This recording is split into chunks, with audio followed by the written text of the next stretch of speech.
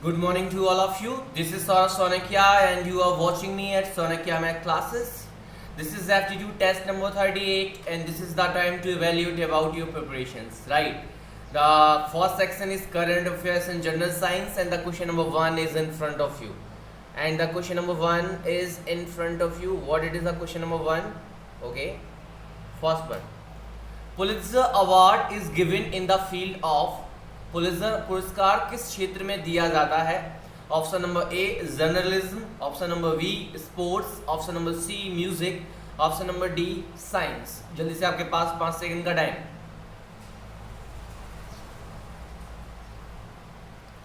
Okay, तो इसका सही आंसर है आपका option number A journalism, right. तो आपने देखा कि जो जर्नलिज्म पत्रकारिता में पुलित्जर अवार्ड दिया जाता है। इसके अलावा अगर आप देखें तो खेल में आपने देखा ओलंपिक्स में आपको मिलता है, बहुत बड़े बड़े गेम्स होते हैं, कॉमनवेल्थ गेम्स होते हैं, एशियन गेम्स होते हैं, राइट। म्यूजिक में आपने देखा तो ग्रैमी अवार्ड मिलता है और साइंस में आपने देखा नोबेल प्राइज मिलता है, राइट। तो याद रखना है जो पुलित्जर अवार्ड है वो आपका किस में मिलता है? जर्नलिज्म में, right. Question number second and the question is in front of you.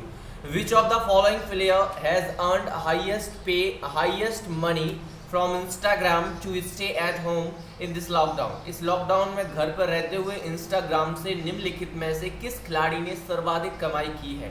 Option number A Virat Kohli, option number B Lionel Messi, option number C Cristiano Ronaldo, option number D Neymar. जल्दी से आपके पास 5 सेकंड का time.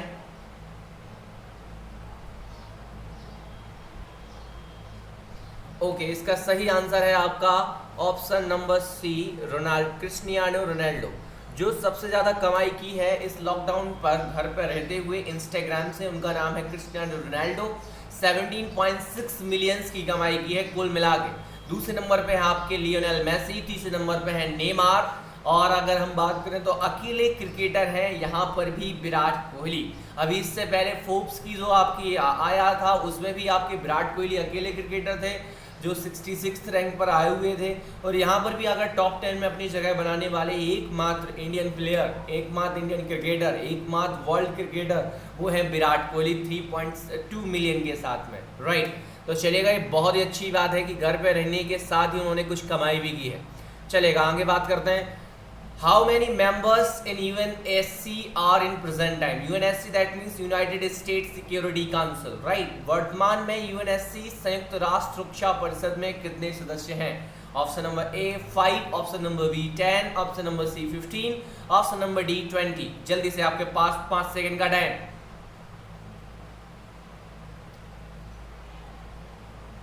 Okay, इसका सही answer है option number C 15। तो आप जानते हैं यूएनएससी, अगर मैं संयुक्त राष्ट्र सुरक्षा परिषद की बात करूं तो ये याद रखिएगा इसमें हमेशा से 15 सदस्य ही होते हैं।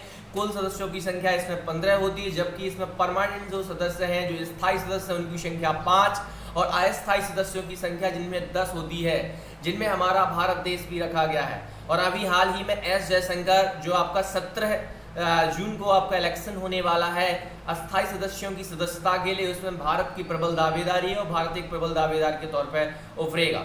और अगर हम बात करें तो 5 आपके स्थायी सदस्य ऑलरेडी ही हैं। चलेगा, तो आगे बात करते हैं इसमें क्वेश्चन नंबर 4 की तरफ। क्या है? Name the first man made organic compound. प्रथम मानव निर्मित कार्बनिक यौगिक का नाम क्या है? Option number A ammonium cyanate, option number B urea, option number C methanol, option number D acetic acid. जल्दी से आपके पास 5 सेकंड का टाइम।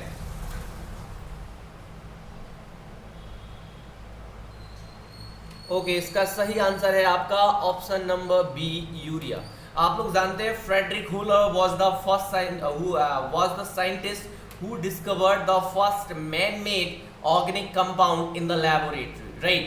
जो फ्रेडरिक होलर थे, इससे पहले जो आपका हाइपोथेसिस ये थी कि शायद जो भी आपके ऑर्गेनिक कंपाउंड है वो नेचुरल होते हैं, वो हम उन्हें लेबोरेटरी में नहीं बना सकते। लेकिन फ्रेडरिक होलर ने पहली बार लेबोरेटरी में अमोनियम साइनेट को गर्म किया तो यूरिया बन के रेडी हो गया। यूरिया का अगर आप लोगों ने फॉर्मूला जानते हो तो NH2CO NH2, राइट। अमोनियम ये क्या है आपका? यूरिया का NH2CO NH2, और अमोनियम साइनेट जिससे बनाया था इसका फॉर्मूला होता है NH4CNO। याद रखेंगे, ये है अमोनियम साइनेट। मीथेनॉल का अगर मैं फॉर्मूले की बात करूं तो मीथेनॉल का फॉर्मूला होता है CH3OH, राइट। और एसिटिक एसिड का फॉर्मूला होता है CH3COOH, राइट। एसिटिक एसिड भी बोलते हैं इसे, हम इसे एथेनोइक एसिड भी बोलते हैं, याद रखिएगा इसे हम सिरका एसिड भी बोलते हैं, और इसे हम मेथेनॉल बोलते हैं। अगर मैं इसके लिए बात करूं इसमें तो फॉर्मेल्डिहाइड, नॉट फॉर्मेल्डिहाइड नहीं बोलेंगे इसे हम, राइट। और ये आपके थोड़े से जनरल नेम है, याद रखिएगा इसमें। तो पहला आपका जो ऑर्गेनिक कंपाउंड है जो लेबोरेटरी में बना उसका नाम क्या है, यूरिया, राइट। NH4CNO को डायरेक्टली आप क्या कर दीजिए, हीट कर दीजिएगा तो आपका NH2CO NH2 में बन जाएगा। चलेगा, आगे बढ़ते हैं हम लोग। Question number 5 and the portion is Hindi. So परमानंद में प्रयुक्त समास है। ऑप्शन नंबर ए द्वंद्व समास, ऑप्शन नंबर बी कर्मधारय समास, ऑप्शन नंबर सी अव्ययी भाव समास, ऑप्शन नंबर डी बहुव्रीहि समास। जल्दी से आपके पास 5 सेकंड का टाइम।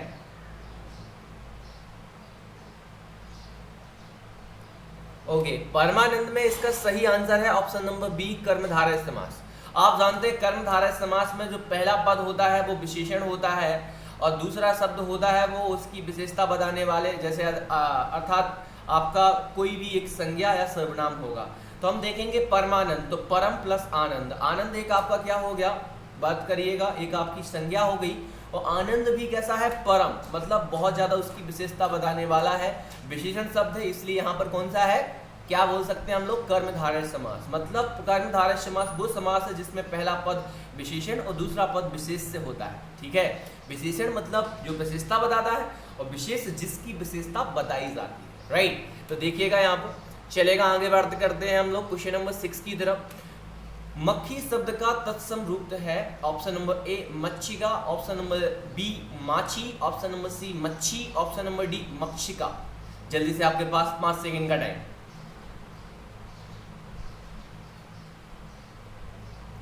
और इसका सही आंसर है आपका ऑप्शन नंबर डी मक्षिका, राइट। याद रखिएगा जो मक्खी का तत्सम शब्द है वो आपका मक्षिका। मक्षिका मीन्स ही, अगर संस्कृत में भी मैं बात करूं तो मक्षिका मीन्स ही होता है मक्खी, राइट। आगे बात करते हैं क्वेश्चन नंबर 7 की तरफ। और क्वेश्चन नंबर 7 में आप देखिएगा, choose the appropriate feminine gender of bachelor, right. Option number A married, option number B miss, option number C spinster, option number D women. जल्दी से आपके पास 5 सेकंड का टाइम।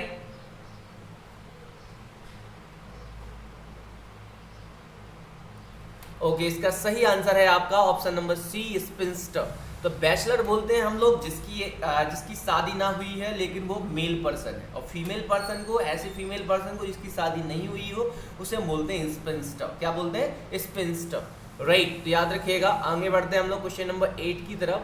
और देखिएगा, choose the appropriate सिनोनियम of enemy, right. Enemy means शत्रु होता है। जल्दी से आपको इसका सिनोनियम चूज करना है, मतलब पर्यायवाची। Option number A zeal, option number B warren, option number C docile, option number D foe. जल्दी से आपके पास 5 सेकंड का time.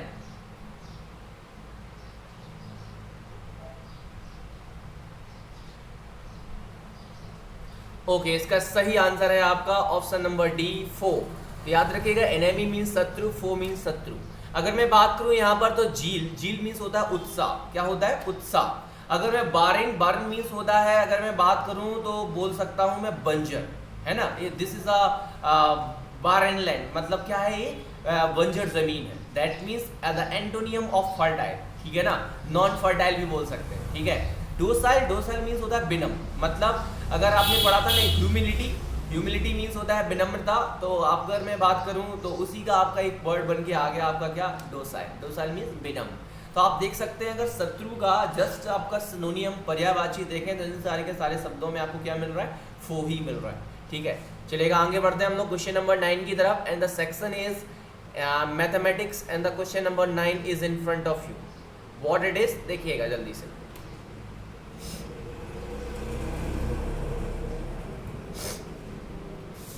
The radii and the volumes of a right circular cylinder and a sphere are equal. Find the ratio of their curved surface areas.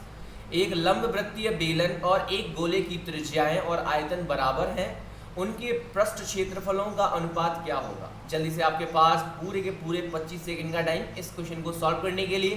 Option number A 8:3, option number B 9:4, option number C 4:3, option number D 7:6।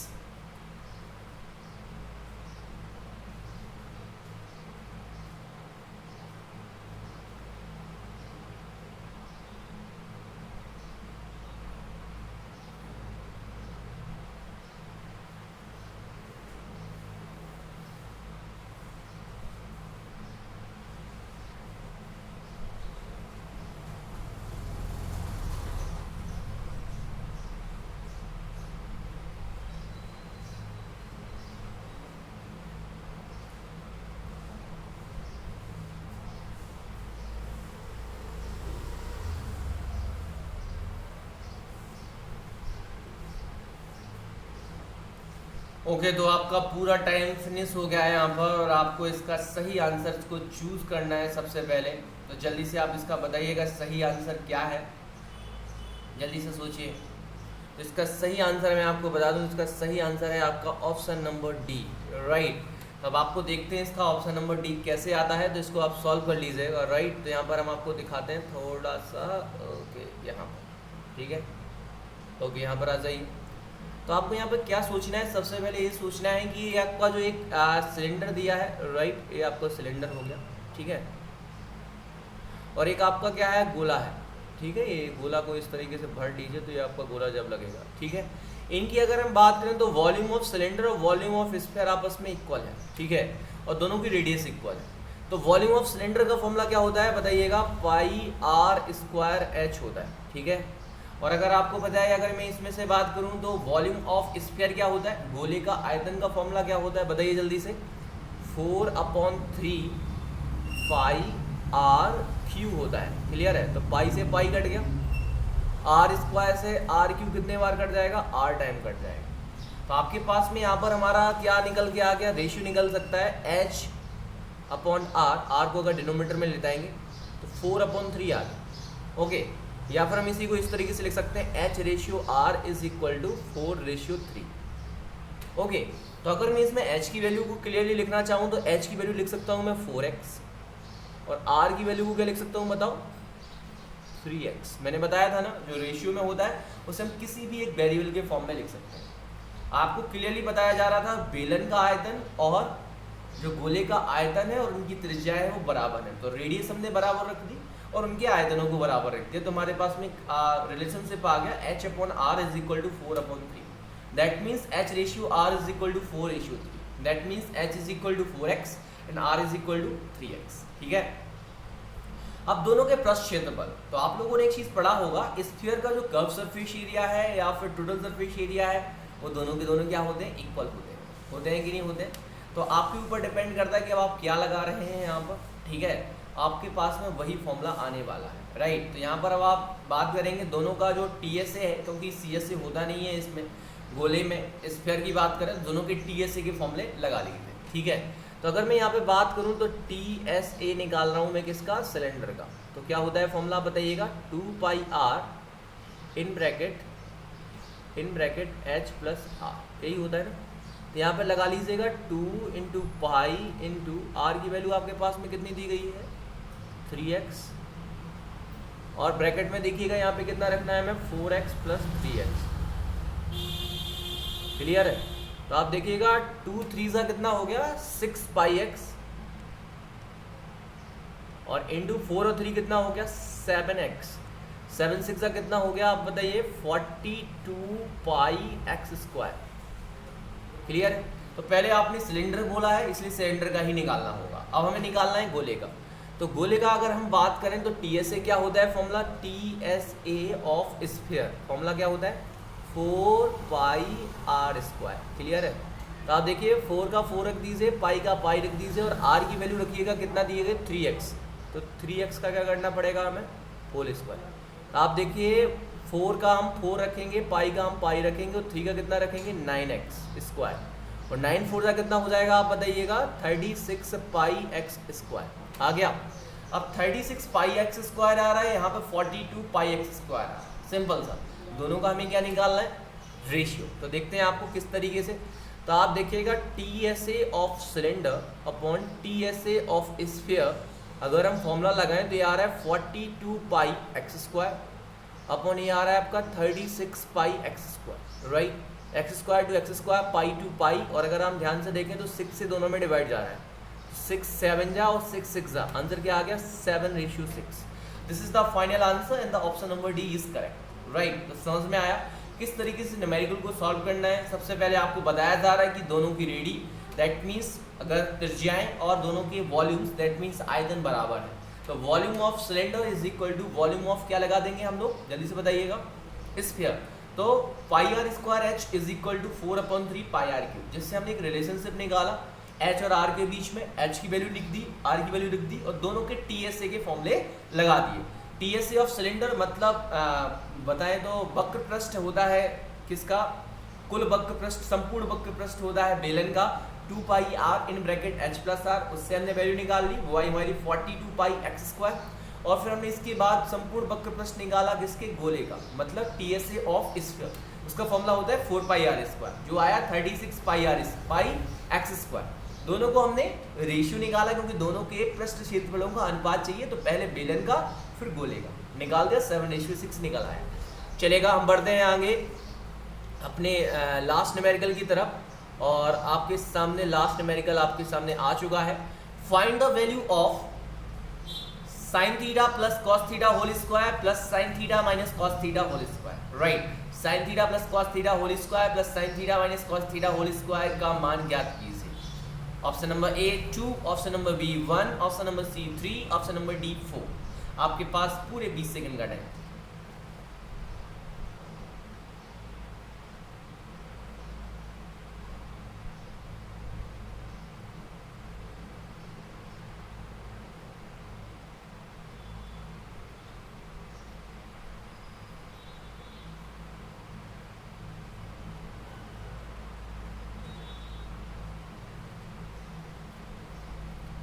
Okay students, and hope so you have solved this numerical and you have the right option.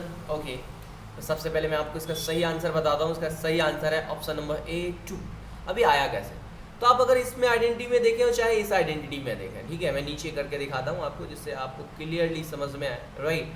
तो आप देखिएगा यहाँ पर, तो आपको क्या करना है, sine theta plus cos theta का होल स्क्वायर खोलना है, ओके, और यहाँ पर खोलना है sine theta minus cos theta का होल स्क्वायर खोलना है, क्लियर है।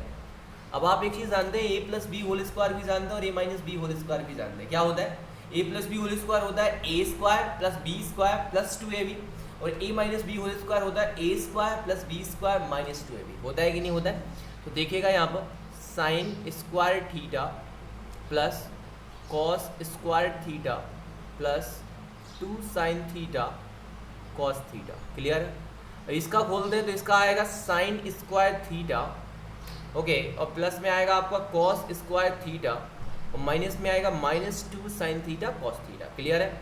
आएगा कि नहीं आएगा, क्योंकि आपको पता है A square plus B square plus 2ab, A square plus B square minus 2ab, clear है। तो +2 साइन थीटा कॉस थीटा से -2 साइन थीटा कॉस थीटा क्या हो गया, कैंसिल आउट। अब अगर आप ध्यान से देखें तो आपके क्या हो गए, 2 साइन स्क्वायर थीटा हो गया है और +2 कॉस स्क्वायर थीटा हो गया है। दोनों से आपका 2 क्या आ जाएगा, कॉमन, तो ब्रैकेट में क्या बचेगा, sign square theta plus cos square theta. और आप क्लियरली जानते हैं sign square theta plus cos square theta की वैल्यू कितनी होती है, 1। तो आप यहाँ पर देखिएगा तो आपका कितना आ जाएगा, 2 × 1 that is equal to answer कितना आ गया, 2। और जैसे ही आपका 2 आंसर आया तो आपका कौन सा ऑप्शन सही हो गया, ऑप्शन नंबर ए, जिसका आंसर आपका 2 दिया गया था, ठीक है। तो आपका इसका ऑप्शन नंबर ए सही हो गया, और इस तरीके से आपने इस क्वेश्चन को सॉल्व कर लिया, right. So hope so most of the students have scored full out of full marks in this aptitude test, and some of the students are just behind for scoring full marks. But if you are giving this aptitude test on the daily basis and attempt and note it down the questions that you have not giving the right answers and practice for the next time for giving the right answers, then it will certain you will definitely score full marks in the next exams, right? So तब तक के लिए जय हिंद, जय भारत। और अगर मेरे को आपको मेरी टीचिंग समझ में आ रही है, पसंद आ रही है, आप मेरी जर्नी को सपोर्ट करना चाहते हो, तो प्लीज़ मेरी यूट्यूब चैनल को शेयर कीजिए, सब्सक्राइब कीजिए, बेल आइकन को ज़रूर दबा लीजिए और साथ में दूसरे अपने दोस्तों के बीच में, अपने फ्रेंड्स के बीच में, अपने रिलेटिव्स के बीच में इसको शेयर कीजिए। थैंक यू, जय हिंद।